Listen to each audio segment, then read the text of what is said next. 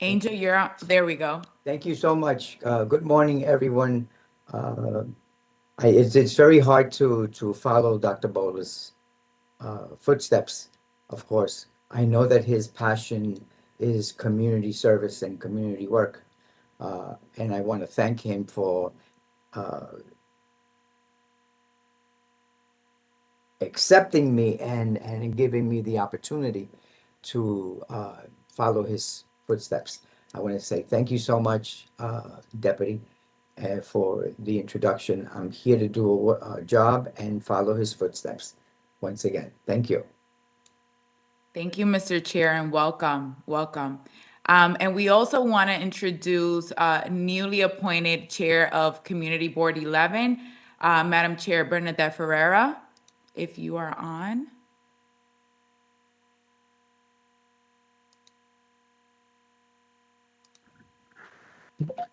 I'm hearing something. No, maybe. Okay. Well, no. Well, welcome, welcome. So, welcome to your newly appointed positions.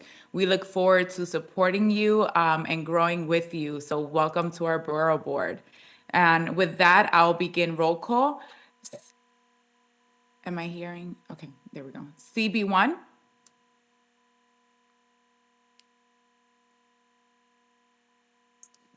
Community Board 2. Good morning, Madam Deputy. Ralph Acevedo, District Manager, and I am joined by my Community Coordinator, Cynthia Baez. Good morning, everyone. Good morning, Rafael. Good morning, Cynthia. Community Board 3. Morning. Etta Ritter, District Manager, Community Board 3, and I was waiting for my first vice to join us, Joetta Brown. Wonderful. Thank you, Etta, for joining us. Community Board 4. Robert Galmendez, Chair of Community Board 4, and just to say that Angel's one of my heroes. Thank you, Robert. Thank you. Thank you, Mr. Chair. Community Board 5. Angel Caballero once again, and I have with me, of course, my district manager. Thank you very much, Angel. It's a pleasure to be in you and Dr. Bull's shadow. Good morning, all. Good morning. Community Board 6. Good morning, Rafael Morde, Community Board 6, District Manager. Good morning, Rafael. Community Board 7. Good morning, this is Carla, Deputy District Manager. Good morning, Carla. Community Board 8. Good morning, everyone. Laura Spalter, Chair of Community Board 8. And may I suggest that we get an updated list, contact list of all the chairs. We did get one, I think, about a year ago, and it's useful. Maybe update it and send it around. Absolutely. Thank you so much for that, Madam Chair. We will definitely follow up with an updated list. Great. Community Board 9. Hi, good morning. Shirley San Andres Alonso, Assistant District Manager, Community Board 9. Good morning, Shirley. Community Board 10.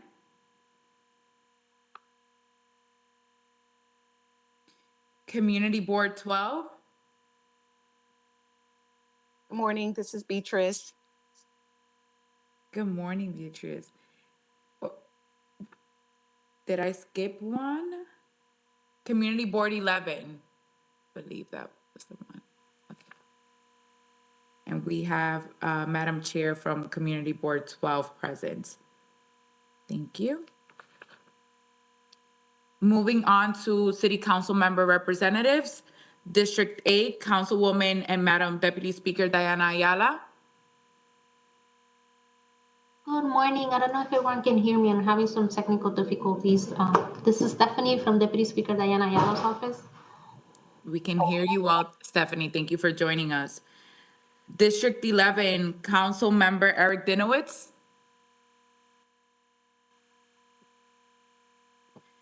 District 12, Council Member Kevin Riley. Good morning, everyone. Good morning, Madam Deputy Simone Jones, Chief of Staff for Councilmember Riley, present. Good morning, Simone. District 13, Councilwoman Marjorie Velasquez.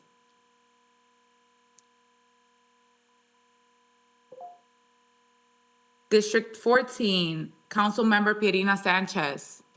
Good morning, Sam Cardenas for Councilmember Piedina Sanchez. Good morning, Madam Deputy and everyone. Good morning, Sam. Great to see you again. District 15, Councilmember Oswald Feliz.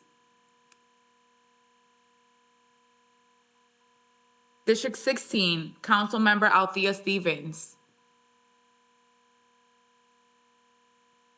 District 17, Councilmember Rafael Salamanca. Good morning, Madam Deputy and everyone in attendance. Shanna Knotts, Chief of Staff to Councilmember Salamanca. And congratulations to our new Chief of Staff for Councilmember Rafael Salamanca. Well deserved. Congratulations on your ascension. Thank you, much appreciated. District 18, Councilmember Amanda Farias. Good morning, everyone. Randy Malman here for Councilmember Amanda Farias. Good morning, Randy. Thank you for joining us. And just really quickly, I want to acknowledge the city agencies that are on this call. We have NYCDP, NYC Department of Aging, a representative from the mayor's office, and I do see Alina Dow from the mayor's office of community affairs. Thank you for joining us. DOHMH is on the call. DCWP is on the call. And did I miss any other city agency? Hi, yes, Jocelyn Bennett from DSS is on. Good morning, DSS, everyone. wonderful. Thank you to our city partners for joining us. And again, if folks can mute themselves, thank you, thank you. We will proceed to our presentation. So first up, we have Tori Caso, the Director of Climate Free and Healthy Schools Campaign. Today they will be presenting on the Carbon Free and Healthy Schools Initiative. So Tori, the floor is yours. Thank you for joining us this morning. Thank you for having myself, as well as we have a few of our coalition representatives on, and I will give them each a moment to introduce themselves and say a quick couple of words. But before I do that, I just want to give a little bit of context to the presentation, and then we'll introduce everybody. So yes, my name is Tori Caso. I work with Climate Jobs New York, which is a coalition of unions representing 2.6 million workers in New York State, working to advance a pro-climate, pro-labor policy. And so Carbon-Free and Healthy Schools, the coalition is comprised of the New York City Building and Construction Trades Council, the Central Labor Council, UFT, the Council of School Supervisors and Administrators, DC 37, 32BJ, and the Laborers Local 79. Similar coalitions have been formed in states throughout the country, and the Carbon Free and Healthy Schools campaign is currently present in a number of states beyond New York, including Connecticut, Rhode Island, and Illinois, in a couple of different iterations.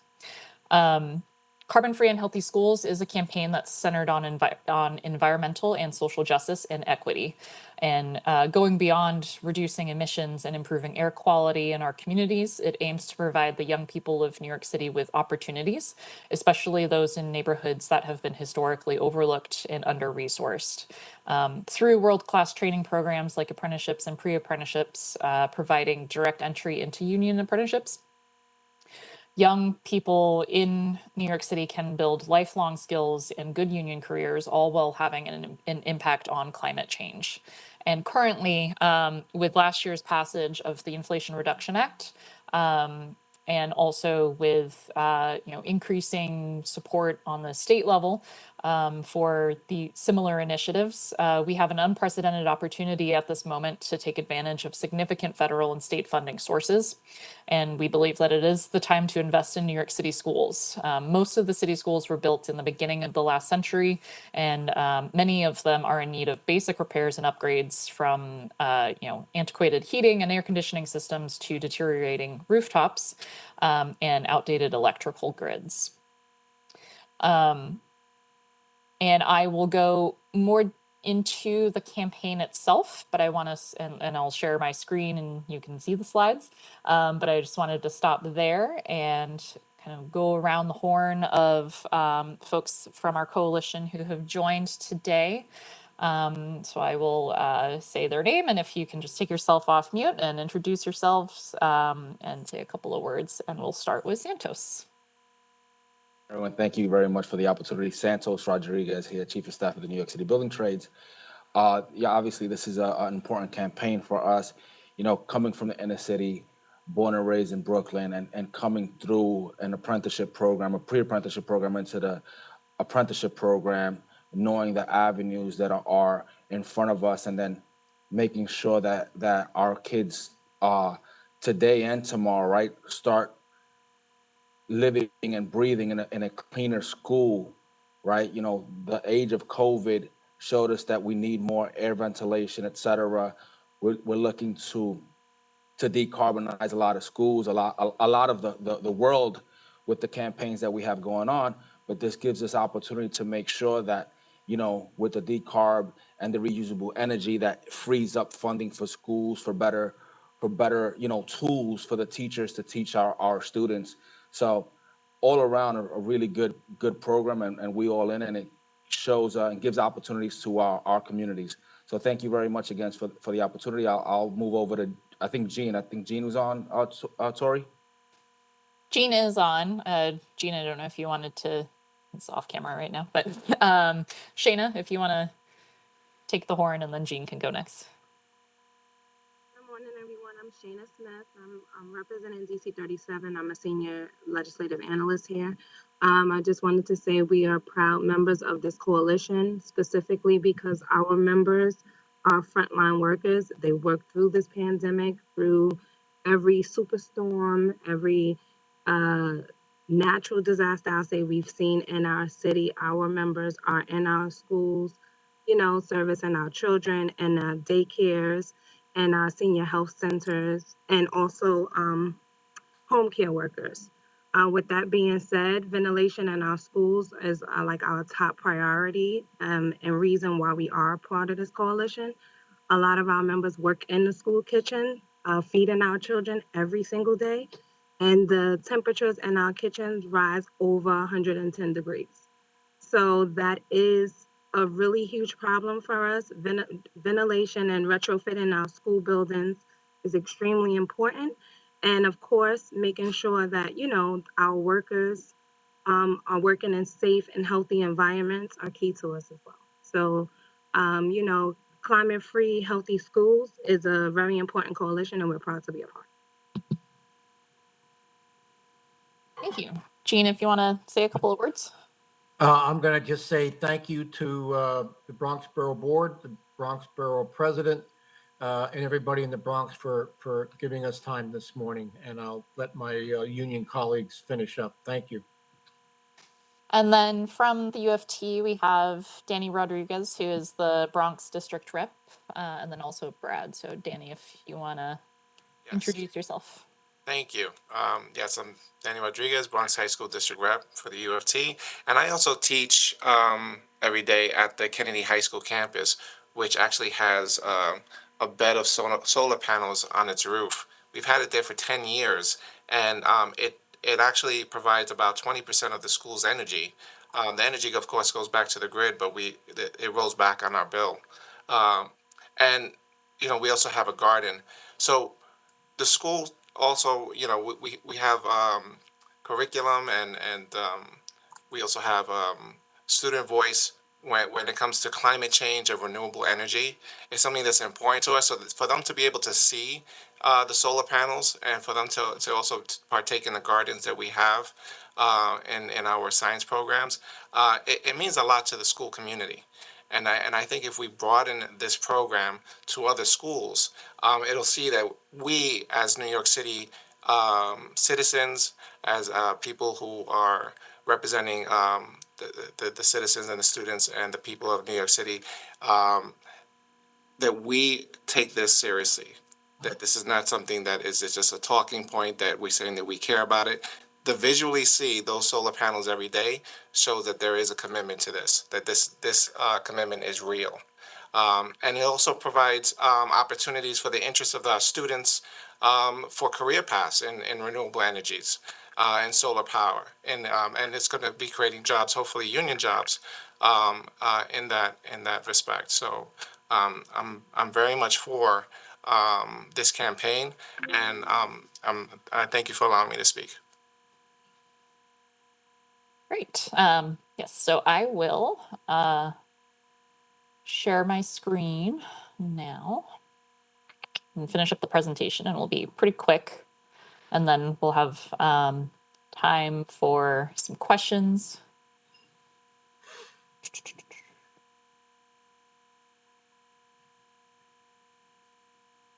All right.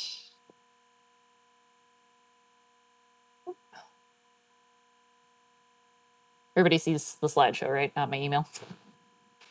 Yeah. Okay, great. All right, awesome. So continuing on, you know, in its full implementation, what Carbon Free and Healthy Schools is calling for is deep energy efficiency retrofits, as well as installation of renewable energies, such as solar panels, on all New York City public school buildings. By investing in schools at this level, the city can create 45,000 good union jobs in New York City communities across a number of different trades, can make schools healthier and safer for our students, teachers, and staff. Can take on climate change and help the city meet its emissions reduction goals by decreasing carbon emissions by 75,000 tons annually, the equivalent of taking 154,000 cars off the road, and can save $275 million per year in energy costs, which is the second highest cost for the Department of Education. And that's a trend that we see nationally as well throughout various school districts. As I mentioned before, with the passage of the Inflation Reduction Act, we have a significant funding opportunity to take advantage of. And the coalition this year is seeking a commitment by the city to the acceleration of solar installation in New York City school buildings to 150 schools per year, as well as conducting energy efficiency retrofits with the completion of all school buildings by 2030, and taking advantage of the available IRA funding, as well as conducting these retrofits and solar installation work under a project labor agreement, because strong labor standards ensure opportunities for and increase access to the world-class pre-apprenticeship direct entry programs and apprenticeships that Santos touched on. Right. Let's see. Oh. Sorry.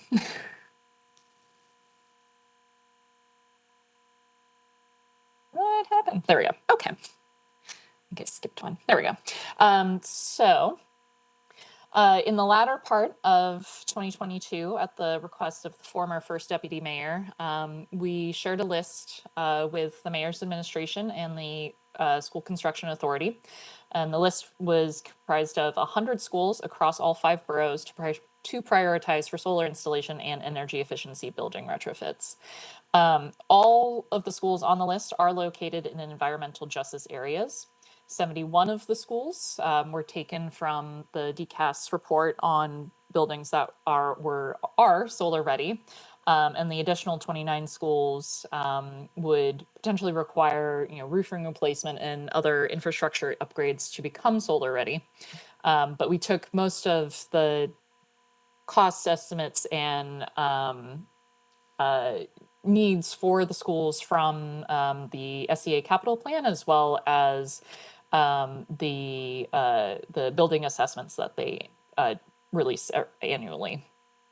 It's important to note that this list is just a recommendation of where to start. The goal of the campaign is to ultimately have a multi-year plan that will allow for the completion of retrofits and installations on all New York City public school buildings.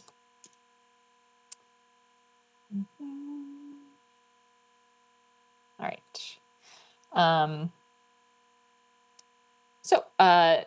The example from the Bronx for one of the schools that we have recommended is the DeWitt Clinton High School. You can see some of the statistics here. We have an estimated solar capacity of 355 kilowatts. Cost estimates for HVAC upgrade would be 3.6 million. Electrical, $681, must be a pretty simple fix. LED retrofits, $644,000. Windows, 2.2 million. And then solar installation would be just north of 1.2 million for a total estimated cost of 7,775,000 and $881. And it has a mix of incandescent, fluorescent, and LED lighting. The AC equipment, pipes, and boilers all require replacement, and it has a very high estimated solar capacity. Next slide. So over all 5 boroughs, we have the 100 schools. These are the cost estimates of the retrofit work. So HVAC, electrical system upgrades, roofing, and relamping windows. And then the estimated cost of solar for all 100 schools would be $42,282,310 for a total estimated cost that's just south of $330 million.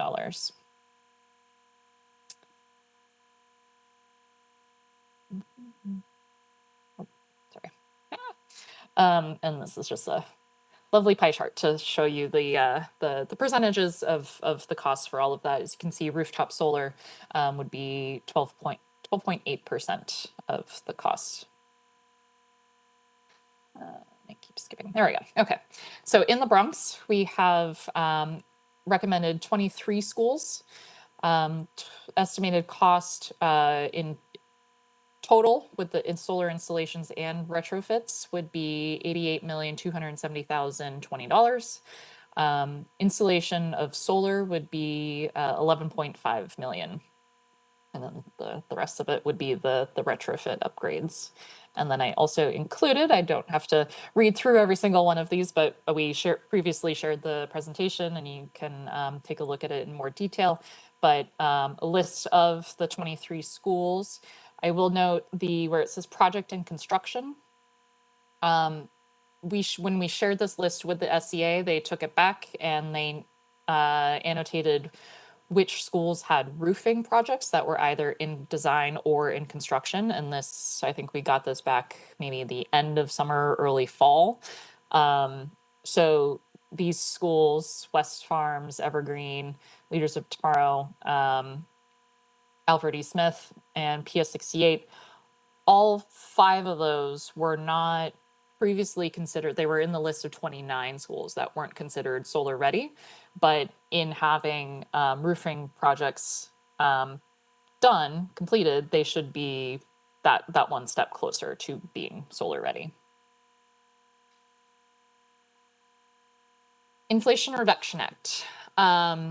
So in the Inflation Reduction Act, there is a direct payment provision that's been made for municipalities and nonprofits that previously wasn't available to them. So what it is it's essentially the income tax credit that you get for installing solar or renewable energy, but because the city doesn't pay income tax, this would be a direct payment from the IRS to fund the solar installation as well as building retrofits. And for solar installation in particular, it can help fund at a baseline 30% of the project, 10% bonus for being in a low income community, and then an additional 10% bonus for Buy American. And of course, we're encouraging Buy New York or Buy New York City to make it as local and as beneficial as possible to the city. So the Inflation Reduction Act would provide $1.32 billion in IRA funds to install solar, or 40% of the total $3.3 billion cost, and this is for every school building. The IRA would provide $1.03 billion of the $5.15 billion, or 20% of the cost of retrofitting the city's schools. And as you can see, we have a projected energy cost savings of $8.25 billion over 30 years. And on the right-hand side, we just have an example since we're advocating for doing 150 schools per year. This is for only solar installations. If you did it on 150 schools, you'd have a Total solar capacity of 12.9. The project cost would be just north of $45 million. In tax credits, you would get 19.2 million. There are some NYSERDA rebates and incentives with the annual solar revenue of 2.9 million in comparison to the annual loan payments, which would be 2.05 million. So the revenue would outpace the loan payments, meaning that there's a projected payback period for 4 years with a 30-year savings of $44.1 million. Last slide. There we go. Just wanted to touch on the workforce development part of it very quickly because we do, this is a very important part of it. The Apprenticeship Readiness Collective, which is a collective of pre-apprenticeship programs that provide direct entry into the building trades. C-Skills, which is construction skills, provides training and direct entry access to New York City public high school seniors seeking careers in the unionized building and construction trades. New non-traditional employment for women prepares, trains, and places women in careers in skilled construction, utility, and maintenance trades. Helmets to Hard Hats, which is a direct entry program assisting active duty veterans, National Guard, and reservists in transitioning to careers with the New York building trades. And P2A, Pathways to Apprenticeship, which is a direct entry pre-apprenticeship program which recruits, trains, and mentors people from low-income communities for placement and success in union construction apprenticeship programs.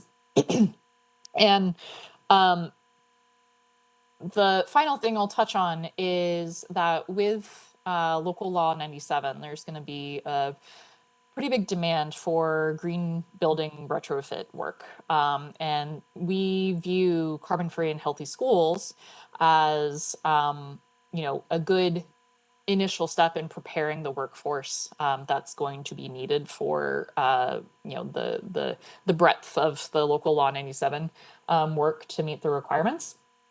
And this carbon-free and healthy schools building retrofit work would employ thousands of workers across a number of trades and help build up that building retrofit workforce in preparation for the upcoming demand. Sorry, Yes. may I just add, just as a point of Yes, reference?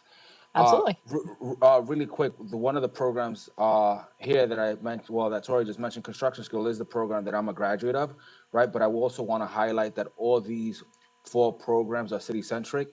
New York, Helmets to Hard Hat has a New York State program also, but they're separate, run out of the same organization. There's a national platform for them as well for the veterans with the Greater North American Building Trades Union. But on that forefront, there's also a huge push nationally for these apprenticeship readiness collectives to continue to push forward. So also adding that Construction Skills also offers opportunities to an adult population. Construction Skills is 100% recruitment is from the city, right? So this is, again, the more work that we can create through good union jobs, the more people that we can actually bring into our programs as well, through and through across the trade, and not only our folks, but DC 37 is on here, UFT, and all our other partners within the union world that are affected by this can also increase their membership with good paying union jobs. Thank you. Yes, so that was the end of my presentation. I will also note, in Texas, where there has been a district that has they've taken their energy cost savings and used it to provide raises for the teachers. So it's money that can be directly reinvested into the schools for programming, for salary, for other budgetary issues as well. So at that, any questions? Happy to answer. Beautiful. Thank you so much, Tori, for that very detailed presentation. I want to mention that we had this presentation a couple of months ago, and we were just so excited and encouraged about the new especially the workforce element of this initiative. And so we wanted to make sure that we brought you on to the borough board and present to our members. With that, I see Laura. Hi, thank you. Excellent presentation. My question is, before the Inflation Reduction Act, there was large grants of money given under the COVID-19 federal funds to retrofit or to improve the air quality of the city's schools. And I have read conflicting articles, some reporting that monies were not spent, may have been lost or may have been lost. And I was just wondering if you have any comment on that original huge grant that came out during COVID-19, the monies.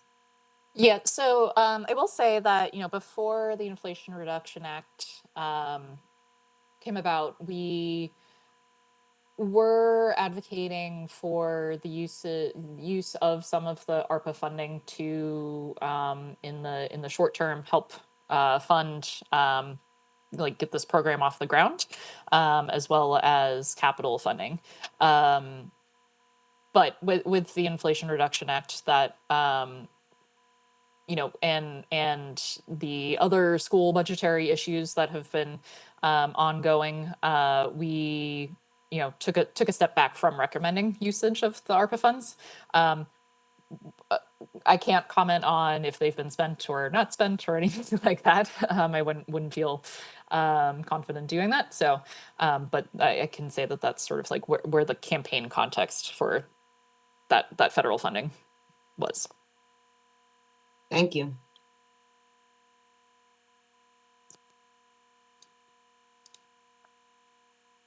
Any other questions? Not seeing any other hands raised, but I do have a quick question regarding the workforce element of the broader project on the apprenticeships and pre-apprenticeship opportunities. I'm wondering what strategies or what outreach efforts and mechanisms have you all implemented in ensuring that specifically for the Bronx-based projects that you are all prioritizing local hiring? So really quick, it's intuitive, right? I just had a meeting with Jeff at your office and a couple of the folks on the education side. We are actually preparing to meet with the greater organizations of the ARC affiliates, right? The Apprenticeship Readiness Collective. We just met last week with Nicole Bertrand, the executive VP for construction skills, and him and others on the team. We're going to set another meeting up with the ARC affiliates to talk about where we can go into the Bronx and set up a learning day, right? A learning day is similar to a job fair. The reason we at the union call them learning days is because we don't want to mislead anyone. What we want to show folks is the avenues to enter into the unionized construction industry, right? We're not hiring anyone. Unions don't hire anyone. We try to get members to come in. Companies and contractors, they do the hiring. So trying to see what's the best location to come in and start either building. We were thinking about Bronx Week, building something small with the 4 apprenticeship programs, and then following up with a bigger program where we have all the unions involved across the board in the building trades and the service departments and stuff like that to just start hitting the ground running. So that we have already started doing. Wonderful. And I think as a quick follow-up to that, how are you all ensuring diversity? So I did see that you're working with new, but in addition to that, working with any specific strategies to ensure diversity so that you have a diverse pool of applicants for both So opportunities? I know right now, through construction skills alone, 80% of the population that comes in, they're 5 borough driven, right? But over 80% of the population are of diverse backgrounds. They are from underserved communities. They look very much like we do on this core, right? So across the board, it's that initiative that we have moving forward. P2A, also, right, pathways to apprenticeship, also service, Yeah. a justice involved individuals as well, right? When we think about people that are justice involved, uh, we need to do the outreach to make sure that they understand and they know that this is another chance at getting to the middle class work life balance type ordeal, right? Making sure that they know that there's avenues that they can provide for their families as well. You know, creating those opportunities. We know that in our industry, it doesn't matter to us whether you were involved or not before you've paid your debt to society by doing whatever you've done in the uh, prison system, right? So on that forefront, we have an actual basis on going into our communities and making sure that folks start learning more about us.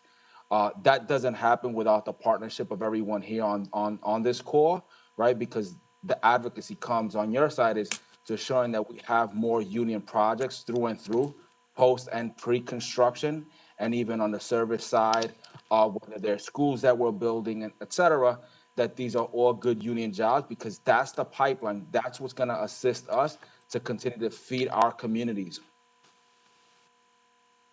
Agreed. Wonderful. Thank you so much. Any Thank other you. questions? And before we wrap, for Tori and Santos and the team, is there an immediate ask from the Borough Board and Service Cabinet? Yes, I believe Gene, if he hasn't shared a draft resolution of support, we will certainly do so right after this meeting. But I believe he probably did. So the resolution of support is our immediate ask in the short term. And then, obviously in the long term, just continued support for investment in the project and pushing it forward. Wonderful. And I do see one more hand raised, so sorry about that. Robert, seat Yes, before. this is for Senor Santos for your education outreach. Can I suggest Bronx Community College because they do have a component of both electrical and mechanical engineering in their school and also physics. So it would be a good marriage, there for you to pick up people there. Yeah. Look, well, this is absolutely. It is in partnership with the Bronx Borough President's Office. So if that's a suggestion, yeah, let's put it down and see how we can move forward. Absolutely. We're open to having it wherever we need to. We did it with the past administration, just so everyone knows here on the Ruben Diaz. We did it in the Rotunda. Uh, the suggestion was to do it elsewhere because the Rotunda, going through security and getting to people sometimes shy away from going in to the Bronx Borough President's Office area. So yes, we're open to it. Thank you. Can I suggest that actually, if Bronx Community being in Board 5, they can probably help you out, with that connection, getting those people brought in and, and hopefully serve well. Sounds good. I definitely. Yeah, Thank you. Go ahead. I'll just put my email in the chat, then you can email me. We'll set that up, okay? Wonderful, wonderful. So thank you so much, Climate Jobs NYC, for this presentation. We really appreciate your efforts, and we look forward to collaborating with you all. Thank you. Thank you so much for the time. You. Wonderful. So up next, we have presenters for the 1 million more trees initiative. For those who are not aware, the 5 borough presidents have joined forces on calling on Mayor Adams to plant 1 million new trees by 2030. With 1 million more trees, our urban canopy will increase from 22% to 30%. And with it, the health and prosperity of our communities and our environment. And so with that, we have Keisha Smith, Director of Strategic Initiatives and Organizing at the Manhattan Borough President's Office, and Emily Maxwell, Director of City Programs for the Nature Conservancy Project. So with that, I give you the virtual stage. Thank you for joining us. Hi, good morning. Hi, everyone. Thank you so much for having us. Janet essentially just gave my intro. In the interest of time, we can just jump right into it. Our amazing partner, Emily with the Nature Conservancy, will be leading today's presentation. So I'll just pass the mic over to her, and we'll be here at the end for any questions. Thank you so much, Janet, Keisha. It's such a pleasure to be here with all of you today, and also a pleasure to follow that terrific presentation. I learned a lot, and there's actually a lot of really wonderful overlap. So I think we're thinking a lot today about New York City's environment and equity and the Bronx, which is fantastic. So briefly, I'm Emily Noble Maxwell. I'm the director of the city's program at the Nature Conservancy in New York, and I also have the pleasure of helping to lead the Forest for All NYC Coalition. There are many members from the Bronx about that, and Borough President Levine's office, Borough President Gibson's office, and all the borough presidents have been terrific in their leadership for our urban forest. And our urban forest is ultimately about health, justice, equity, and resilience. So just briefly, for those of you who don't know the Nature Conservancy, and we care terrifically about New York City, especially looking at the present and coming and growing impacts of climate change. And we anticipate that by 2050, there'll be about 1.5 times the amount of precipitation, so a lot more water that's flowing in our streets that we need to manage, and about 3 to 5 times the number of extreme heat days. And this matters terrifically because Black New Yorkers get sick and die at about twice the rate of white New Yorkers when facing extreme heat. So we know that the racial implications of environmental issues are significant. Our initiative, we produce great science. I'm going to talk to you about that a lot today. We do stewardship events, and we've jointly produced the New York City Urban Forest Agenda, which is really how we are now collaborating with the borough presidents. But Urban Heat Island, I mentioned briefly. I'm going to show you a lot of maps and try to indicate what you might take a look at. The map on the left is vegetation in New York City, where we have more dark green, we have more vegetation. The map on the right is a hot summer day. This happens to be in July 2020, where you have darker purple, it's more cool, more reds and yellows, it's hotter. And what we can see is that where we have more vegetation, we tend to have cooler temperatures, which is really important. So when we talk about our urban forest, we are talking about the over 7 million trees that already exist and the physical and social infrastructure that support them. Our urban forest does a lot of things, and some of you might already know this, but it helps manage carbon pollution. So it helps with climate change mitigation. It helps to cool and shade our streets, decreasing surface and air temperatures, which can contribute to human health. Being outside with trees can reduce our stress, which can help with like blood pressure and other stress related illnesses. Taking care of trees outside can connect our communities, and more cohesive communities have been shown to weather extreme climate events more effectively. Greener streets encourages kids, adults to get outside, get exercise, be healthier, enjoy their environment. It can absorb stormwater, and of course, for those of you who are interested in sort of nature and wildlife, it is a really important habitat refuge for resident and migratory birds and other wildlife.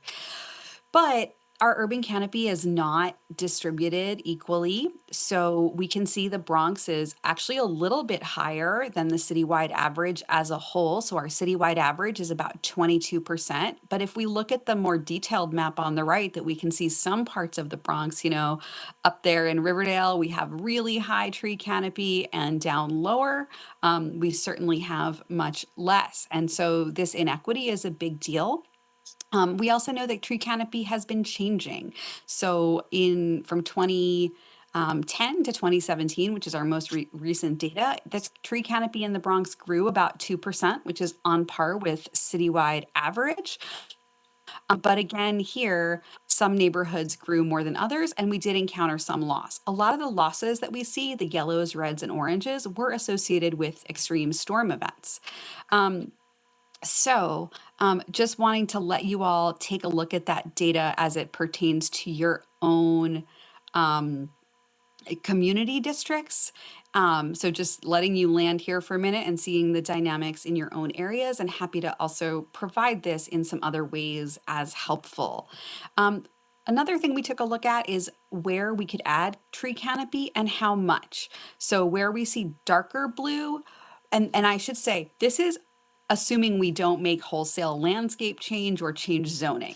So the easier stuff. So where we see darker blue, there's a higher potential to add. Where we see lighter blue, there's lower. But in those lower potential areas in terms of tree canopy, I want to say with more rigorous landscape changes, zoning changes, streetscape alterations, we certainly can add more than what is here. But the good news is we can add canopy in literally every community across the Bronx, across the city. And we can achieve much higher canopy levels, even at the lower end, we can bring a lot of communities up to nearly 20 to 25%, if not more, which is a big difference. I will say, though, people often ask me, when you say adding canopy, do you mean planting trees? And I do, but I also mean protecting what we have, because if we lose what we have and we're planting more, we're sort of just robbing Peter to pay Paul. So we also care tremendously about the Parks Department budget, making sure that we can fund the ongoing care and maintenance of existing trees, as well as planting more. So our trees face a lot of challenges. I won't go through all of these, but in facing these challenges, we were asking ourselves, what can we do? And we know we need a larger voice and vision for New York City's trees. So we launched Forest for All NYC. And we are a coalition that works to ensure the urban forest justly and equitably delivers its benefits to all New York City residents. And I will not make you read this whole list now. You can always go to our website if you want to learn about it. But I'll just note we do have a lot of members from the Bronx, ranging from smaller community groups all the way up to New York Botanical Garden. And we're quite proud of our extremely diverse membership that ranges from real estate groups to environmental justice groups and everybody in between. But the urban forest isn't just about the forest, right? It's about health, climate change adaptation, environmental justice, connecting communities to healthy environments, and also just the long term sustainability of our city. So we launched the New York City Urban Forest Agenda. And your good deputy borough president did mention our goal of achieving 30% canopy cover by 2035. I'll note that we have a lot of other goals. We want to support local community urban forest management plans, make sure the city has a master plan that focuses on equity and workforce. We want to expand careers and career trainings for New Yorkers to make sure that good green jobs caring for and maintaining and planting trees go to New Yorkers.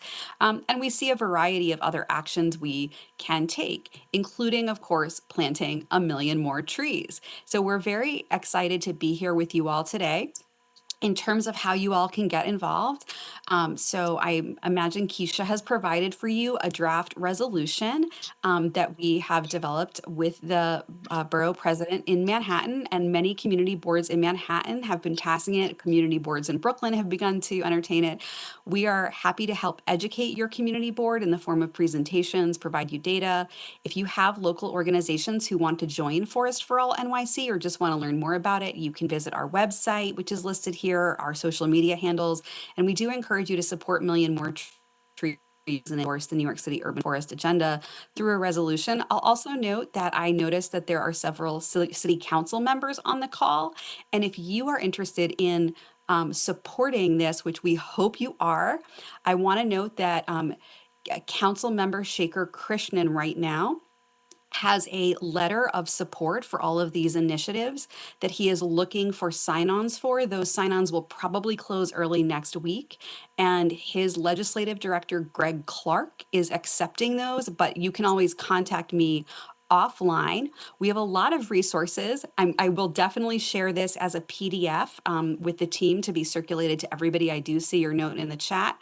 And you can always reach out to me, of course, and to Keisha directly. I'm at emaxwell@tnc.org. So I realize that was a lot of data to throw at you, but I think Keisha and I would probably love to take your questions and comments as well. And I'll put my email in the chat here now. Thank you. Thank you so much, Emily, for that presentation. We at the Bronx Borough President's Office are, as you know, in full support and really excited to continue supporting this campaign and your efforts. Any questions from the board?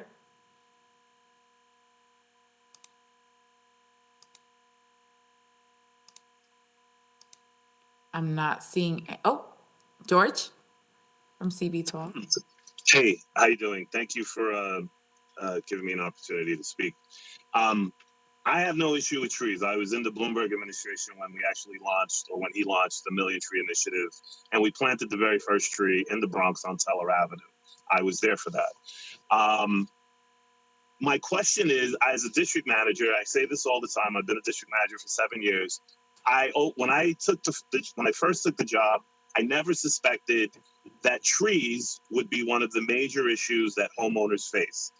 We get tons of phone calls from homeowners who have issues from them receiving summonses for not picking up the leaves, from them claiming that branches are over their homes, and during a powerful storm they're going to fall and collapse and all this other stuff. I understand the need for doing this, and I'm not questioning it at all.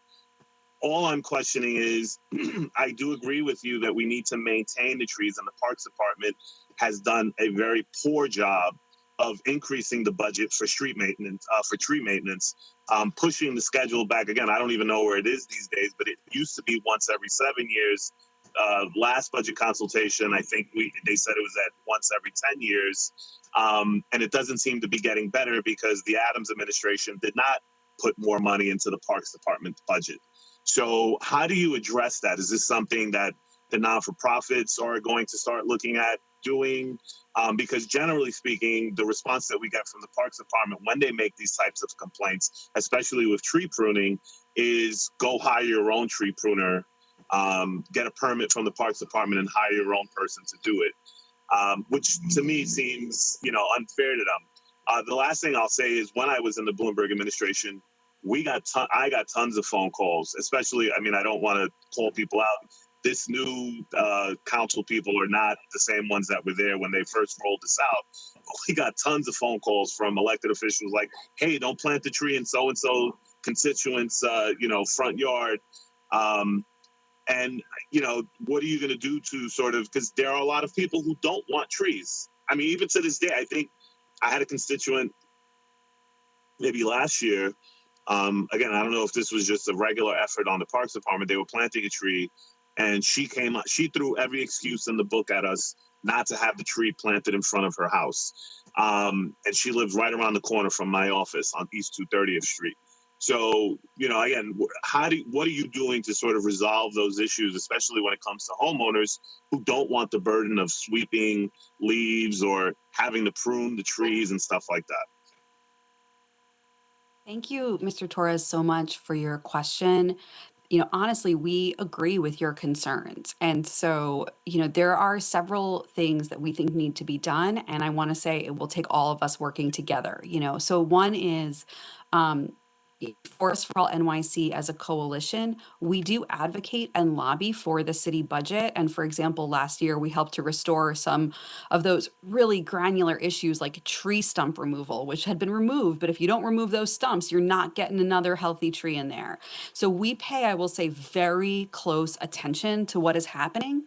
And we advocate. And so actually this morning I'm finalizing our budget advocacy letter, and we want to make sure that sufficient funding for maintenance is in there. And any effort to plant trees, we have to always be talking about the maintenance also. The other thing I can say is we are an advocate for homeowners. We have begun thinking about what are some of the incentive programs that could or should be in place for homeowners? So, for example, could Con Edison provide a rebate for trees on private property? Or, like other cities, in DC, for example, there's a fund for lower income homeowners if they need to, for example, remove and replace a tree to provide them assistance. And so I want to say we are very much a coalition that is attempting to be inclusive and address the real needs, right? Not to be pie in the sky. We know we need a bigger, better urban forest. We know we need justice, but we also know that to do that we need to address the real local concerns of folks. So, I realize that's a big, broad answer, but I think it will take a period of time. The last thing I'll note there is we are calling for the city to develop and release what we're calling an urban forest master plan. And that plan needs to be done in consultation with communities to understand their own needs. The other thing we uplift is many communities have begun to develop their own local urban forest plans. So Gowanus has done that.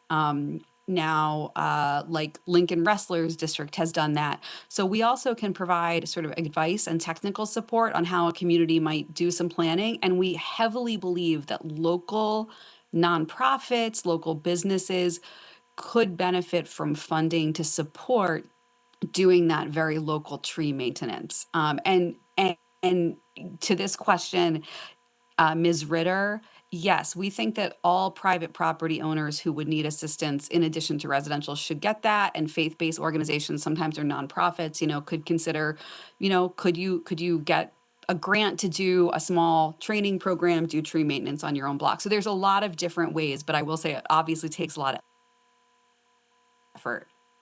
Thank you, Emily, for your response. I just want to make sure that everyone is aware that we are actually over time. So for additional questions, if we can please hold them and I can share them with you, Emily, after today's meeting. Thank you so much for having us, and we're happy to come to any of your boards to speak more in depth or reach out to me anytime. Thank you for your time. Beautiful. And I just want to acknowledge that, Laura, you do have your hand raised for the Million More Trees Initiative, and Robert as well. If you can drop those questions in the chat, and again, we'll make sure to make that connection with the Nature Conservancy Coalition. But again, I want to thank the Manhattan Borough President's Office for being on. And Emily, thank you so much for your presentation. Thank you, thank you, thank you. And before we go into announcements, I just want to acknowledge the NYC Commission on Human Rights is also on. And if there are any announcements from the board before we move on to the Bronx Borough President's announcements. Wonderful. Before we go on, I want to give the virtual stage to Kiara Gannon, our Director of Community Boards, who will give a brief presentation on our newly launched Bronx Community Board application. Kiara?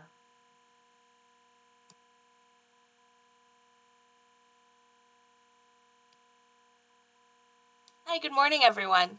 As you all know, my name is Kira Gannon. I am the new Director of Community Boards for the Borough President, and I'm going to briefly just go through this new electronic, first-year electronic application that's available in English and Spanish. We've been getting a lot of applications, but I know there has been some questions coming up, especially from current members who have to renew and they're not used to seeing this electronic application. This is due March 3rd. This is just general contact information, but people applying to be on the community board and reapplying to be on the community board must scan a copy of their ID, show a proof of address, which is, a utility bill, a mortgage bill, and then upload a resume or a biography. I know some community board members are having issues with uploading some of these documentation, but community board district managers and office staff are offering assistance. So I would appreciate if all of you extend that kindness to people applying.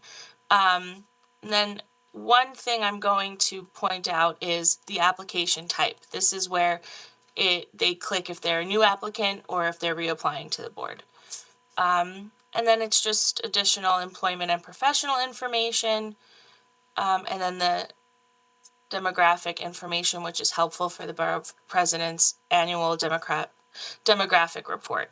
Let me know if you have any questions on this. I'm happy to talk to any of you or some of your members. It's a little more onerous this year, but it's helpful in the appointment process. So we just ask that you be patient with your community board members that are reapplying. And then there's just some questions here. Why do they want to continue to be on the board? How will they be an effective board member? And we're really stressing attendance. I know some board members are, they're lacking in attendance, and it's really important for our boards to have quorum. So that's something that we're going to be focusing on this year. Again, if you have any questions, just let me know, and thanks again. Thank you, Kira. I also want to note that the application is also available in Spanish and Espanol. And I want to thank community board members and representatives from council member offices for providing feedback on the previous application. And so know that heavily influenced the creation of our digital version of our community boards application. So thank you all for promoting the upcoming deadline and promoting the application. We definitely want to make a push to ensure that the youth is also joining our community board and that we are doing everything that we can to increase diversity in our community boards to ensure equity. So thank you, thank you, thank you for being such an influential partner in this process. And really quickly, we just want to go through announcements on behalf of the Bronx Borough President's Office. Stacy, if you can share your screen. Start with the first one. I just want to acknowledge that we are celebrating Black History Month and Dominican Heritage Month. Happy Dominican Heritage Month and happy Black History Month. We know that Black history is every day, but we are definitely celebrating. First up today, we are celebrating Dominican Heritage Month. This is taking place tonight at 5:30 p.m. at Grand Slam Banquet Hall. We can go to the next one. Our Black History celebration is scheduled for February 23rd, and it will be taking place at the Eastwood Manor Banquet Hall. Our long-awaited State of the Borough, the Bronx Borough President Vanessa L. Gibson will be hosting her State of the Borough on March 1st during Women's History Month at Manhattan College. Doors open at 5 p.m. and program will begin promptly at 6 p.m. So we're looking forward to seeing you all there and sharing the strategic policy initiatives for the Bronx Borough President and her administration. Next. We also have the Garifuna Heritage Celebration that will be hosted right here at Bronx Borough Hall. It's scheduled for Thursday, March 9th at 5:30 p.m. And the Bronx Borough President has been hosting a series of fire safety workshops. We started earlier this year, prioritizing areas and districts with the highest rate of fire incidents. We started our first 4 workshops at senior centers. And so we are also working with cultural organizations and local grassroots organizations to host fire safety workshops. Our next fire safety workshop is scheduled for February 24th at 11 a.m. in partnership with JASA over at the JASA Bay Eden Older Adult Center. And our educations unit is hosting its annual education college fair. This college fair is scheduled for March 11th. It will take place at Lehman College at the Apex from 11 to 2 p.m. And right at the bottom, we see a list of colleges and universities that are participating with us for this college fair. So we'll make sure to share all of these flyers with you all so that you can help promote our cultural celebrations, but also our upcoming events. Thank you so much. And I do see a question in the chat regarding support for Spanish-speaking board members. There is a concern that the application being available in Spanish with no resources for translation during board meetings. I think that that's something, Kara, that we can have a broader conversation on regarding language accessibility. So thank you so much, Rafael, for flagging that. And really quickly, with that, this adjourns the meeting of the Bronx Borough President Service Cabinet and Bronx Borough Board. We are now moving into the public hearing on the mayor's preliminary budget for fiscal year 2024. Thank you all so much for your patience, your attention, your feedback, and questions. Once again, welcome, welcome, welcome, Chair Angel Caballero. We are looking forward once again to supporting you and working with you as well. And congratulations to the new Chief of Staff of Councilmember Rafael Salamanca. Shannon, it's well deserved. Looking forward to working with you. Thank you all once again and see you shortly. Thank you. Thank you. Take care.